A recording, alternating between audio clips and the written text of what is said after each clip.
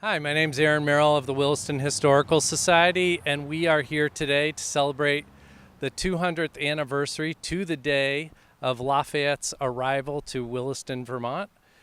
We have several speakers here today. Richard Allen, who's a local historian, will be talking about what it was like here in Williston in 1825.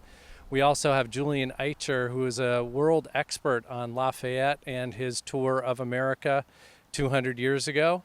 And we also may have a visit from the Marquis himself coming to celebrate this day.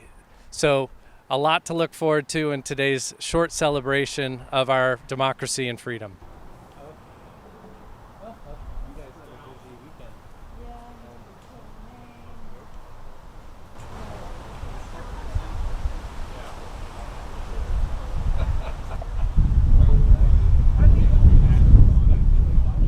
My name's Richard Allen. I'm a local historian here at Williston, and I'm going to be speaking this morning about Williston in the 1820s.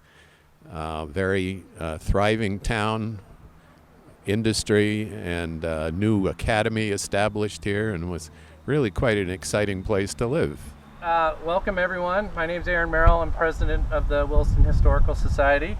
Thank you for coming today to celebrate Lafayette and the marker, and an opportunity today to think about and reflect on our democracy and our freedom. I'd like to do some thank yous right now. I'd like to thank Julien Icher of the Lafayette Trail Incorporated for his support and efforts to establish this marker in Williston. I'd like to thank the Williston School District and Adam Bunting for approving the placement, the Town of Williston and Department of Works for the setup of the marker, the Lafayette 200 organization and Tim German for setting up the panels in our library and for organizing the visit from the Marquis himself. Our wonderful staff at the Dorothy Alling Library and Kevin Unrath for their support, and to the members of our Historical Society for all they do behind the scenes, especially to Richard Allen, who will be our first speaker today. I'm going to introduce Richard. Richard is a local historian. He's written many articles and books about Williston history, a teacher for 40 years, 37 of those I think at Williston Central School.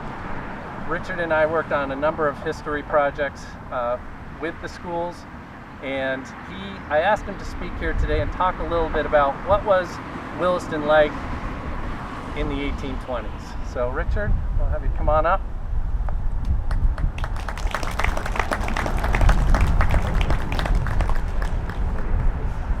Push that. You might have the second time you push it over. Testing. That work? Can you hear me? No. Yeah. Testing. 1, 2, 3. Okay, that's coming. Let me know if you need more volume. Williston in the 1820s, 200 years ago, was quite a town. The Winooski Turnpike, which is what the traffic is on behind us here, which turned into Route 2, came right through Williston, connecting Burlington with Montpelier. And one of the things that resulted with the turnpike is that you had taverns. And there were several taverns in Williston, and we'll be referencing those with the story that I'm going to end with. The big thing happened outside of Williston was the opening of the Champlain Canal in 1823. And that connected the lower end of Lake Champlain with the Hudson River, so goods could be shipped out of Vermont and shipped into Vermont, coming from New York State, New York City, and particularly Troy, New York.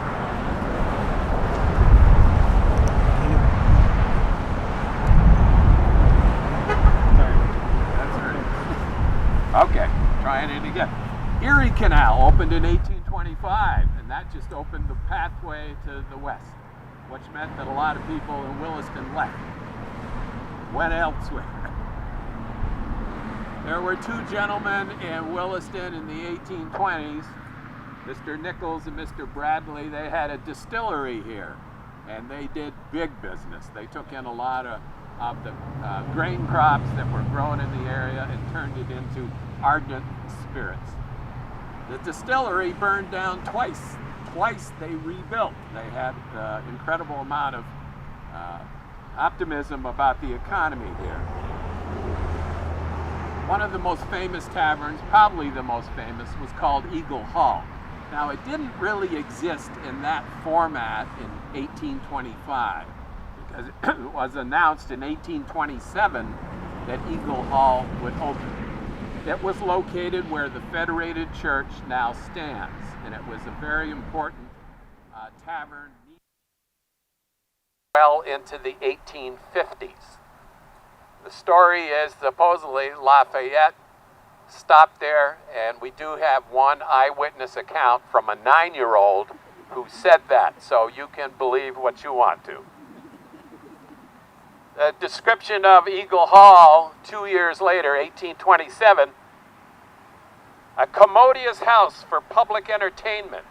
Every possible exertion has been used by the proprietor to render this spacious building highly convenient and useful.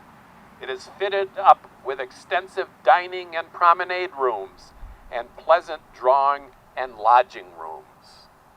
Advertising in 1820s. The town thought so much of itself that it said we should really be the center of the county. The shire town of Chittenden County, or what we used to call the county seat, twice they petitioned the legislature to have the county buildings moved from Burlington to here in Williston. And their biggest reason was we're in the middle of the county. We're easy to get to. Twice the petition was voted down by the legislature. Probate courts were held here. The Chittenden family was still very powerful. Truman, one of the sons of Thomas, was a probate judge. And if you held a probate court, you brought lots of people into the town, and they were usually held in the taverns.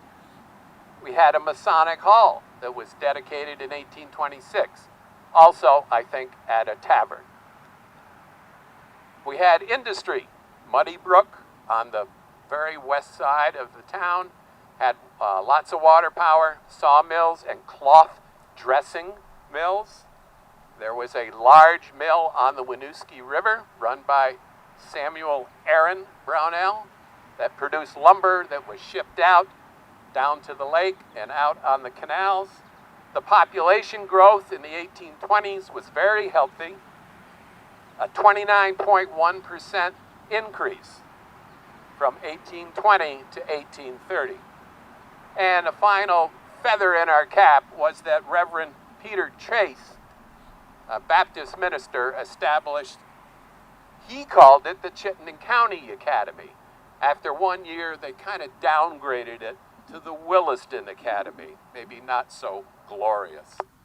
But the Williston Academy was in existence well into the 1870s and became basis for the town school district. The academy was right across here, down the way where the armory now stands.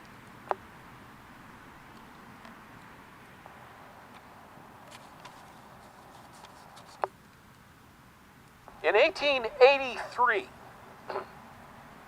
Henry Ethan Whipple, who at this time was living in California, wrote a letter to the Free Press, Burlington newspaper.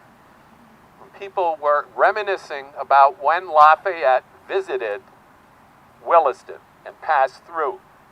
And I would like to read an excerpt of his 1883 letter as he remembers Lafayette coming through Williston. Mr. Whipple, at that time, Henry Ethan, was 9 years old. Will you permit a Williston boy to recall in your excellent paper one circumstance which connects his native village with the memorable occasion? This was Sanford's ride to Burlington. Our teacher permitted us to go out onto the street and wait at Arnold's Tavern. Now, Arnold's Tavern was down here on the corner of Williston Road and Tower Lane. There's a four-way intersection down there where Old Stage Road starts. So Arnold's Tavern was here on the western end of town. Until the general should pass, that we too might see the great man about whom everybody was talking.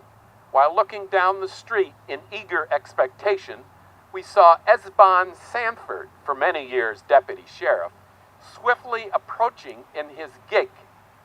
Now, if you don't know what a gig is, it has nothing to do with computers 200 years ago. It was a form of transportation.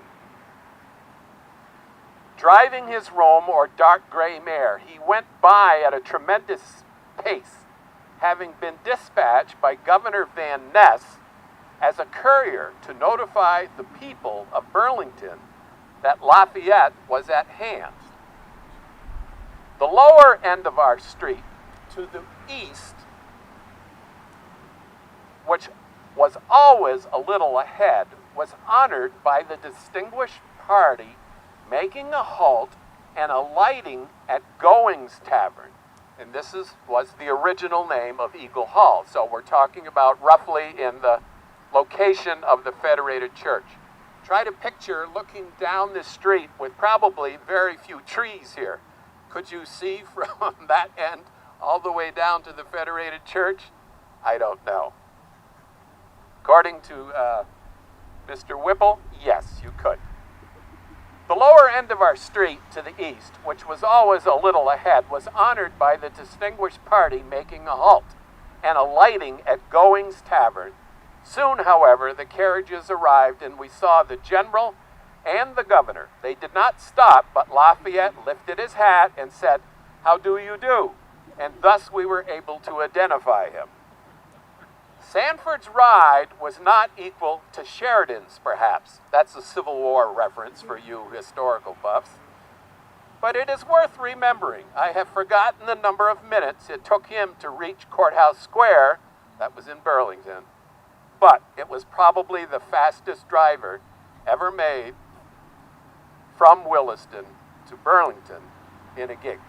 And that was 1883, the memories of a 9-year-old when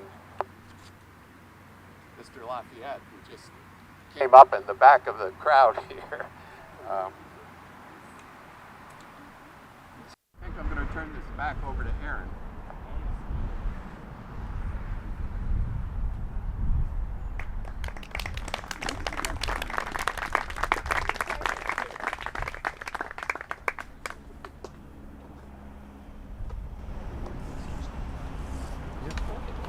Hello, I'm Cornelius Van Ness, who I have the honor of serving you as governor of this state, and I hope I'll be able to serve in other ways in the future. And we've been escorting General Lafayette, who's largely responsible for the wonderful institutions we have. Merci, President. Thank you. Thank you. Very happy to be here.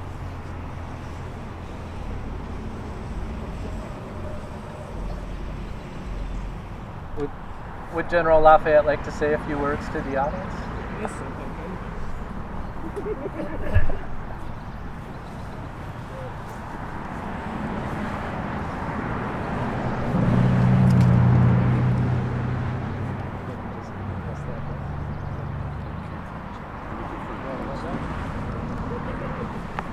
This is the first time I've ever spoken with a contraption of this nature.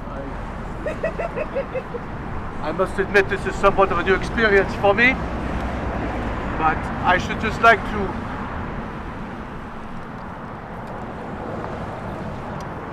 Does that work better? No. Yes. Does it? Thank God. It doesn't seem, I cannot hear myself this way. So I should just like to thank the people of Williston for the kind welcome you've extended to me today. As you know, I am now in the 24th state of the Union, the last of the states I shall visit before returning south toward Washington City before my departure next fall to return to France. All along, I have been overwhelmed with emotion and highly gratified at the receptions I have received by the people of the United States in all the states I have visited. And so I thank you very much for your attendance and assistance today at this event. And I look forward to speaking with you perhaps later after the ceremony has concluded. Merci.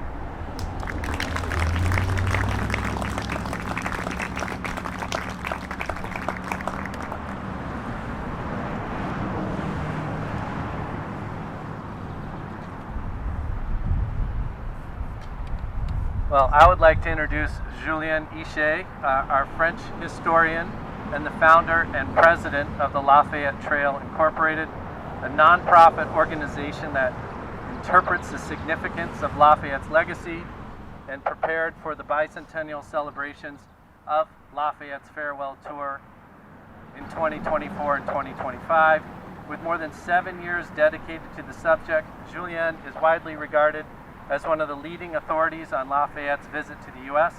He is also a host, director, and producer of Follow the Frenchman, a not-for-profit documentary series about Lafayette's momentous journey in the United States.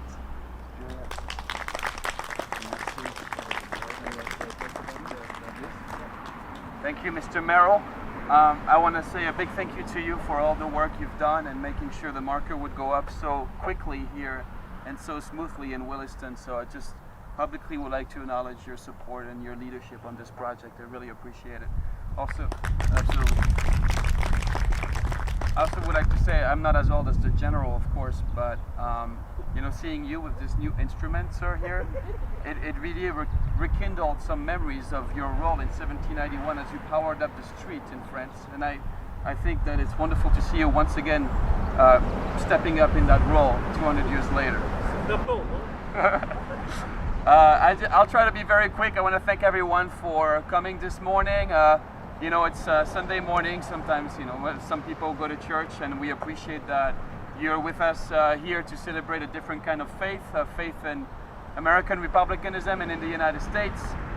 And I'd like to say three things, basically. Number one, I think the location of this marker is really wonderful. It's right next to the statue of Mr. Chittenden. I'm sorry for my pronunciation. Sounds like you guys do like Chittenden, something like that here. Like we do Baltimore, you know, they say Baltimore. So I think it's really good to have basically the connection with Lafayette, the marker, and somebody from the Revolutionary War generation through a statue, so that's great. I think the location is excellent because of that. Second point is, you know, the library is next door. We have the Historical Society.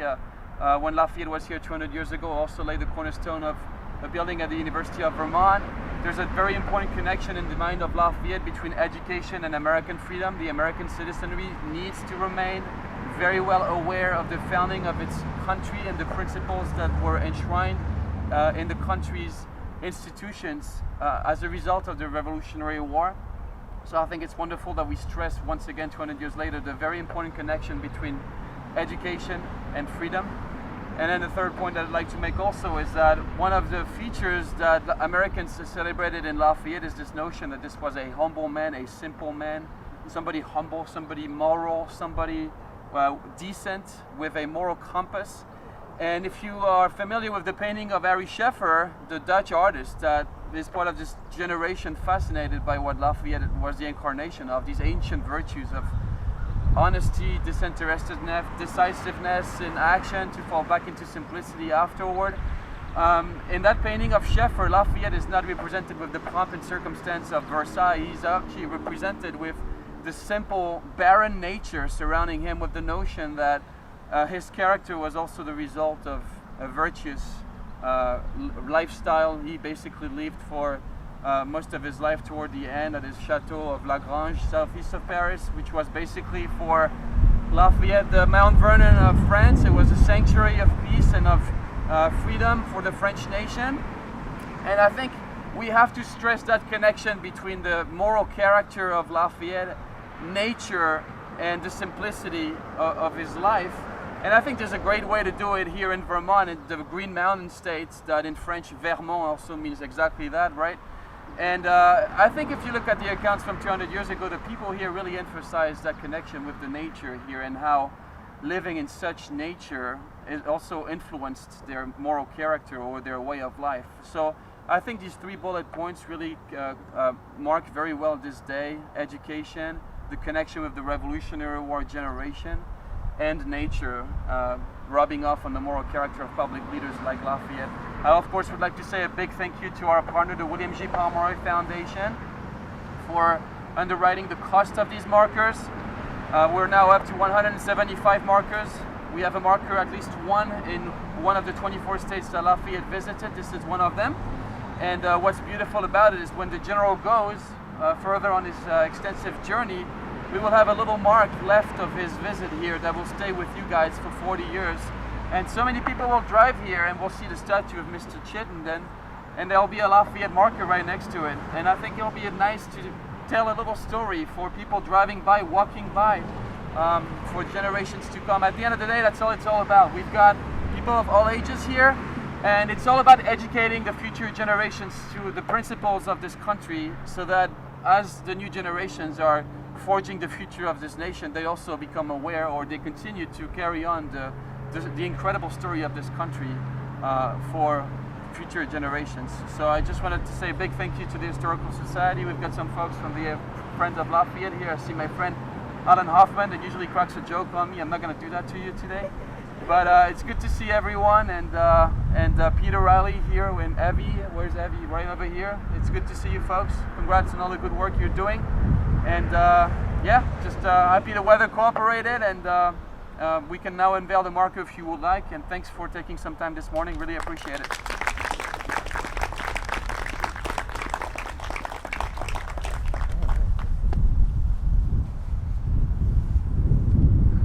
All right, before we unveil the marker, I just wanted to read an old-time reminiscence from Deacon Stone and how he described the day. He was sent to get his men out and join the cavalry company from Shelburne on the green in Burlington and act as an escort to the noted visitor. Mr. Stone described the day. He said he was given command of both companies, that the men looked well in their red coats and white pants and were well mounted. At Williston, they met General Lafayette and Governor Van Ness in a carriage drawn by 4 white horses. The cavalrymen circled round the carriage, each saluting, and then dashed on to Burlington, raising a cloud of dust that fairly enveloped the general's carriage. Julien, would you like to? Who else? Do you want to come? Aaron, why don't you go on one side? Okay. It's kind of your marker, right? Okay. And yeah, pull it. So we're gonna pull it from the bottom. All right. And then can I say something about the design, please? I'll go back to this. Bonne chance, hein? Bonne chance. Merci.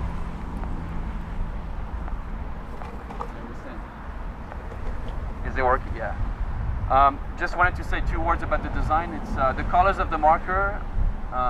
They symbolize the role that Lafayette played in our 2 national revolutions, the American Revolution, the French Revolution. The logo of the Lafayette Trail, every time you see it, you know that what's on the text is supported 100% by primary source documentation. So a newspaper from 1825 in this case that talks about how cavalry under the command of Major Meach welcomed Lafayette here in Williston and escorted him to Burlington.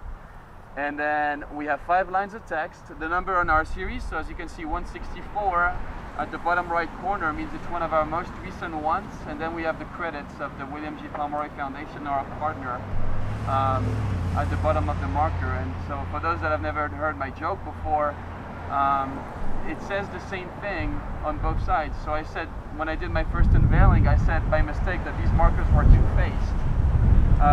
They're not two-faced, they're just two-sided. That's all there is to it. They say the same thing, and we don't want to teach a class. We just want to have a point of entry into a great conversation of Lafayette. And we have a few only in Vermont. We have one in Windsor, one in Royalton, one in Woodstock, one in Montpelier, and now one here. So it's just wonderful to continue the coverage of the state, and we'll be back for more hopefully. And I thank everyone for being here this morning. Thank you.